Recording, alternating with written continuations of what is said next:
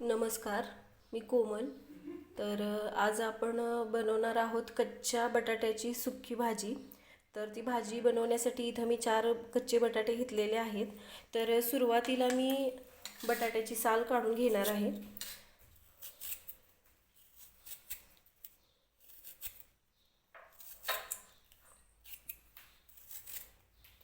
सुरुवातीला आपल्याला या बटाट्यांची सगळी साल काढून घ्यायची आहे. हे बघा, सगळ्या बटाट्याची साल मी काढून घेतलेली आहे. अगदी झटपट तयार होणारी ही भाजी आहे. मुलांच्या टिफिनसाठी वगैरे अशा पद्धतीनं कच्च्या बटाट्याची सुक्की जर भाजी बनवून दिली तर मुलंसुद्धा आवडीनं खातात. हे बघा, आता मी हा बटाटा जो आहे तो छोटा छोटा कट करून घेणार आहे.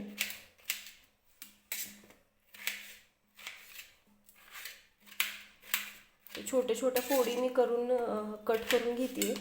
खूप जास्त जाड बटाटा कट करायचा नाही, कारण की हा बटाटा आपल्याला तेलामध्ये शिजवायचा आहे. पाणी वगैरे वापरणार नाही आपण.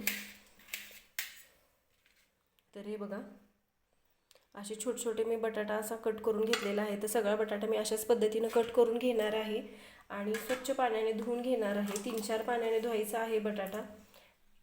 हे बघा, मी पाण्यामध्ये टाकून घेतलेला आहे आणि उरलेला बटाटा सुद्धा मी असाच कट करून घेणार आहे.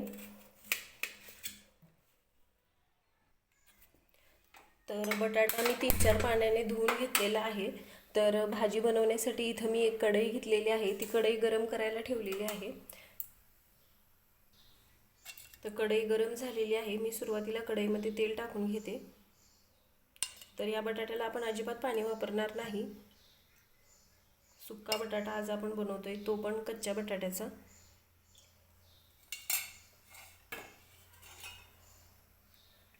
तेल व्यवस्थित गरम करून घ्यायचं सुरुवातीला.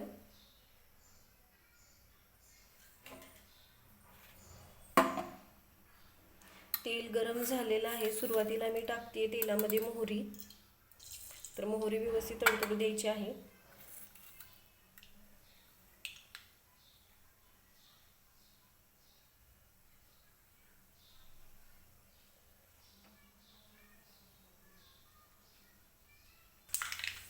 मोहरी तडतडलेली आहे. आता मी टाकते जिरं.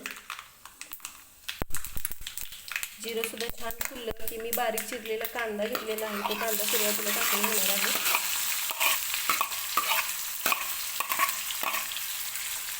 लसूण घेतलेला आहे. तो लसूण सुद्धा मी कांद्यासोबतच भाजून घेते.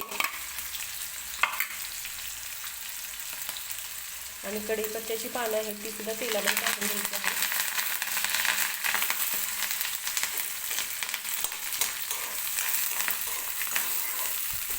कांदा हलकासा मऊ होईपर्यंत आपल्याला भाजून घ्यायचा आहे फक्त. आणि नंतर याच्यामध्ये आपण लगेच बटाटा टाकणार आहे. खूप जास्त करपवायचा नाही कांदा.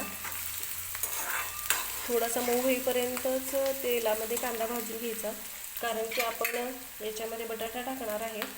बटाट्यासोबत सुद्धा कांदा व्यवस्थित भाजला जाईल, त्यासाठी खूप जास्त सुरुवातीला कांदा भाजून घ्यायचा नाही.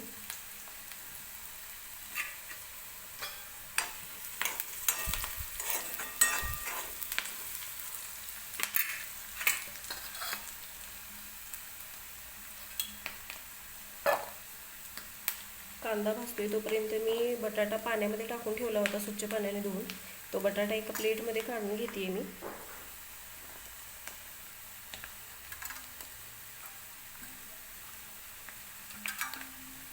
कांदा सुद्धा हलकासा मऊ होईपर्यंत आपण भाजलेला आहे.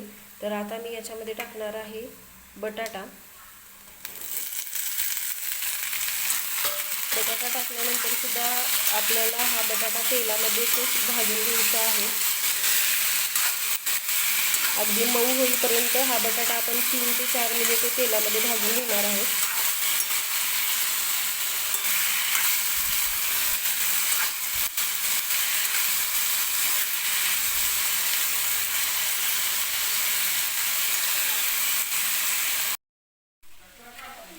सुरुवातीला मी हा बटाटा 3-4 मिनिटे तेलामध्ये शिजवून घेतलेला आहे. आता मी याच्यामध्ये टाकणार आहे मसाले. सुरुवातीला मी टाकते 1 चमचा खोबऱ्याचं कूट आहे बनवलेलं, सुक्या खोबऱ्याचं कूट. ते मी टाकून घेतलेलं आहे बटाट्याच्या भाजीमध्ये. व्यवस्थित मिक्स करून घ्यायचं आहे. आता मी टाकणार आहे थोडीशी हळद। हा सुका बटाटा जो आहे तो आपण बनवणार आहोत लाल तिखट टाकून। आता मी टाकते धनेपूड, थोडंसं जिरेपूडसुद्धा मी टाकणार आहे आणि अगदी थोडासा गरम मसाला मी याच्यामध्ये टाकते। आणि आता मी याच्यात टाकणार आहे आपलं घरगुती लाल तिखट। तर तिखट तुम्ही तुमच्या आवडीनुसार कमी जास्त करू शकता। छोट्या मुलांना जर बनवत असाल तर तिखट तुम्ही टाकलं तरी चालेल।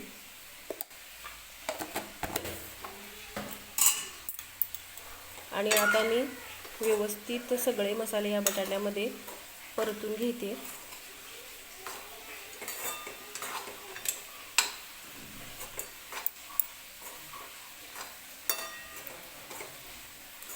तर ही कच्च्या बटाट्याची भाजी जरी असली तरी तेलामध्ये 3-4 मिनिटे शिजवल्यानंतर बटाटा अगदी झटपट शिजतो। तर याला उकडवून वगैरे घ्यायची गरज नाही। कधीतरी उशीर झाला तर मुलांना अशा पद्धतीनं जर बटाट्याची भाजी बनवून दिली तरी काही हरकत नाही।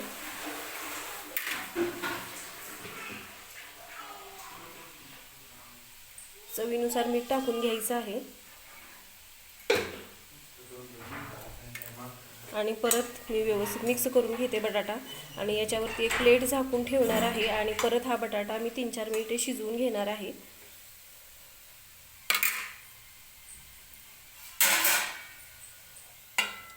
तर झाकण ठेवून बटाटा मी शिजवून घेते 3-4 मिनिटे। तर हे बघा मी झाकण ठेवून 3-4 मिनिटं हा बटाटा शिजवून घेतलेला आहे। तर मी चमच्याने एक बटाटा तोडून दाखवते। तर तो अगदी अलगद असा तुटला जातोय बटाटा, याचा अर्थ हा बटाटा शिजलेला आहे। तर अगदी झटपट पाणी न टाकता आपण हा बटाटा बनवलेला आहे, अजिबात पाण्याचा वापर केलेला नाही। आता मी याच्यामध्ये टाकणार आहे वरून थोडीशी कोथिंबीर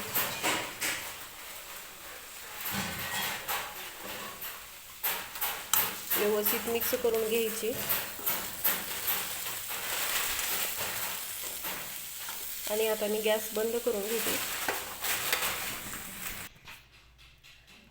तर हे बघा तयार आहे, झटपट असा तयार होणारा। आणि आज आपण बनवलेला आहे कच्च्या बटाट्यापासून, म्हणजे ही सुक्की भाजी बनवलेली आहे। तर ही भाजी अगदी झटपट तयार होते। तर लहान मुलांना टिफिनसाठी वगैरे अशा पद्धतीने भाजी बनवून दिली तर मुलं आवडीनं खातील। तर कशी वाटली आजची रेसिपी कमेंट करून नक्की सांगा। व्हिडिओ आवडला तर व्हिडिओला लाईक करा, शेअर करा, चॅनलला सबस्क्राईब करा, सोबतच बेल आयकॉनसुद्धा प्रेस करा, म्हणजे मी ज्या रेसिपीचे व्हिडिओज वगैरे अपलोड करते ते तुम्हाला पाहता येतील।